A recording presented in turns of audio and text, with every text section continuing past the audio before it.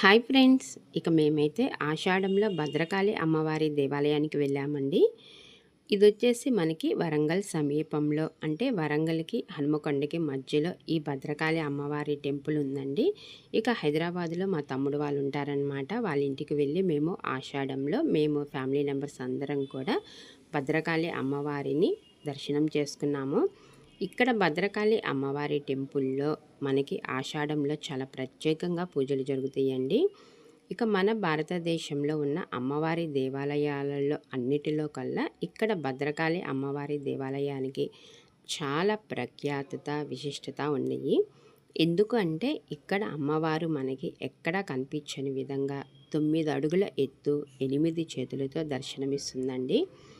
ఇక్కడ భద్రకాళి అమ్మవారిని మనము చూడటానికి 2 కళ్ళు సరిపోవంటే అతిశయోక్తి కాదనమాట.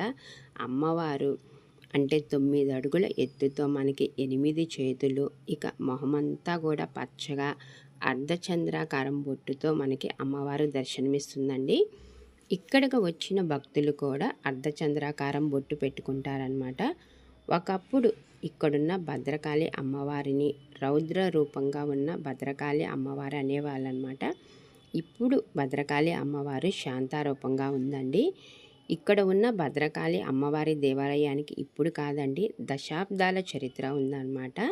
అంటే ఒకప్పుడు రాజులు యుద్ధానికి వెళ్ళేటప్పుడు కూడా ఇక్కడ అమ్మవారిని దర్శనం చేసుకొని పూజలు చేసుకొని దశాబ్దాల నుంచి కూడా రాజుల కాలం నుంచి కూడా ఇక్కడ అమ్మవారిని దర్శనం చేసుకొని యుద్ధానికి వెళ్ళేవాళ్ళనమాట.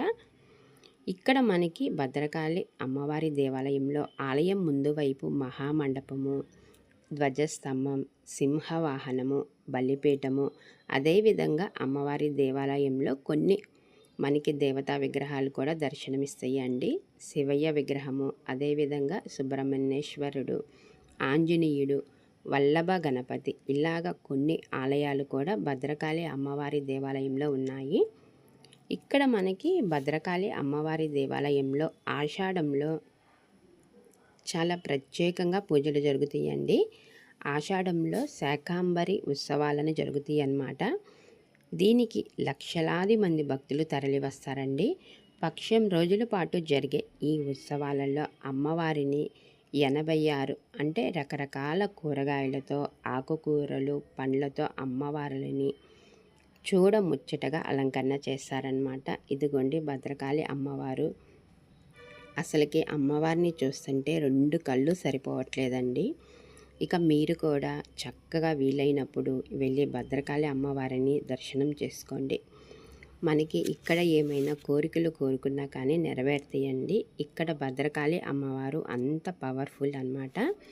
ఇక అంటే ఆషాఢంలో శాకాంబరి ఉత్సవాలు చివరి రోజున ఆషాఢ పౌర్ణమి రోజున లక్షలాది మంది భక్తులు ఇక్కడికి విచ్చేస్తారండి. లక్షలాది మంది భక్తులు ఇక్కడ అమ్మవారి సేవలో తరిస్తారనమాట. ఇక ఆశ్వయుజ మాసంలో శ్రీదేవి శరన్నవరాత్రులు విజయదశమి రోజున భద్రకాళి తాటికంలో తెప్పోత్సవాన్ని భక్తి శ్రద్ధలతో కూడా ఇక్కడ చేస్తారండి.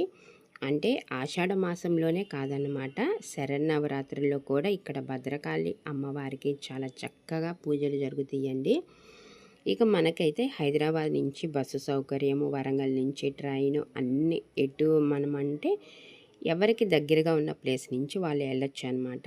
అందరికీ బస్సు సౌకర్యం కలదనమాట. ఇక్కడ గోశాల కూడా ఉందండి భద్రకాళి అమ్మవారి దేవాలయంలో. ఇంకొక విశేషం ఏమిటి అంటే ఇక్కడ మనకి వరంగల్ నగర ప్రజల దాహాన్ని తీర్చడానికి భద్రకాళి చెరువు ఉందండి. ఎల్లవేళలా వెండిపోకుండా వరంగల్ ప్రజలందరికీ కూడా వరప్రదాయినిగా ఇక్కడ చెరువు ఉంటుందన్నమాట. ఇక మేమైతే చక్కగా ఆషాఢ మాసంలో మా తమ్ముడు మేమందరం కూడా భద్రకాళి అమ్మవారిని దర్శనం చేసుకొని అర్ధచంద్రాకార బొట్టు కూడా పెట్టుకున్నామండి. మాకైతే చాలా హ్యాపీగా ఉంది.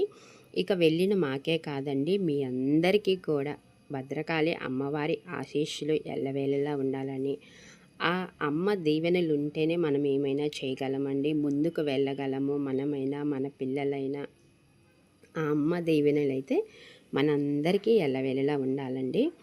ఇక ఇదిగోండి చెరువు, నేను ఇందాక చెప్పా కదా ఇదేనమాట చెరువు. మీరు కూడా వీలైనప్పుడు వరంగల్ వెళ్ళినప్పుడు లేదా హైదరాబాద్ వెళ్ళినప్పుడు చక్కగా అమ్మవారిని దర్శనం చేసుకోండి. ఓకే ఫ్రెండ్స్, ఇవండి భద్రకాళి అమ్మవారి టెంపుల్లో మా పూజా విధానం విశేషాలు. ఈ వీడియో మీకు నచ్చినట్లయితే లైక్ చేసి, షేర్ చేసి, సబ్స్క్రైబ్ చేయండి. మేమైతే భద్రకాళి అమ్మవారి దర్శనం అయిపోయిన తర్వాత ఇంకొక ప్లేస్కి కూడా వెళ్ళామండి. అది కూడా చాలా చూడదగిన ప్రదేశం అన్నమాట వరంగల్లో.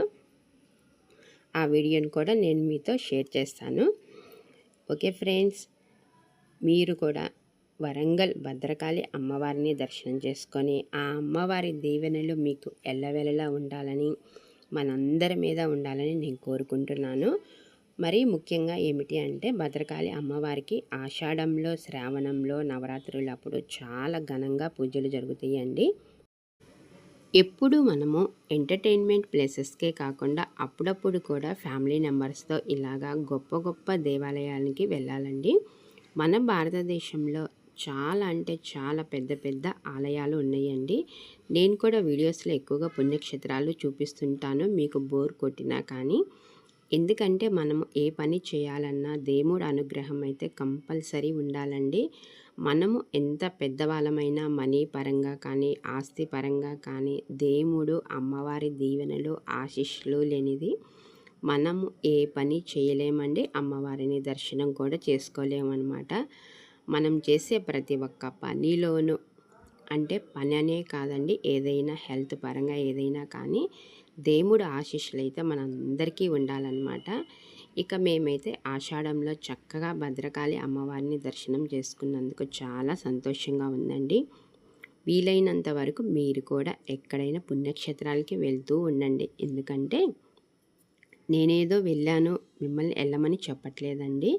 ఎందుకంటే ఇప్పుడున్న రోజులను బట్టి ఈ కలియుగంలో మనకు ఉన్న దాంట్లో అంటే దేవుడి సేవకి ఎంత మంచి చేస్తే అంత మంచిదన్నమాట. ఓకే ఫ్రెండ్స్, ఇవ్వండి మేము భద్రకాళి అమ్మవారి టెంపుల్లో ఉన్న పూజా విశేషాలు. మరిన్ని వీడియోస్తో మళ్ళీ కలుద్దామండి. ఇంకొక విజిటింగ్ ప్లేస్కి వెళ్ళామన్నమాట. నెక్స్ట్ వీడియోలో చూద్దాము.